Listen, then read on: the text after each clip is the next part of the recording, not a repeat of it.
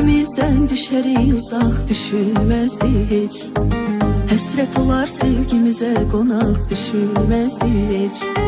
Ağlımıza bile gelmeyen ne var başımıza geldi. İstemeden seve seve ayrılak, düşünmezdi hiç. Sonu bilinmeyen bu yolda arzularla giderken, bir de ayıldık yaralar ruhumuzu inciderken. Bu iş kalovlanıp seni de beni de bihuş ederken, elimizi yandırar bu ocak, düşünmezdi hiç.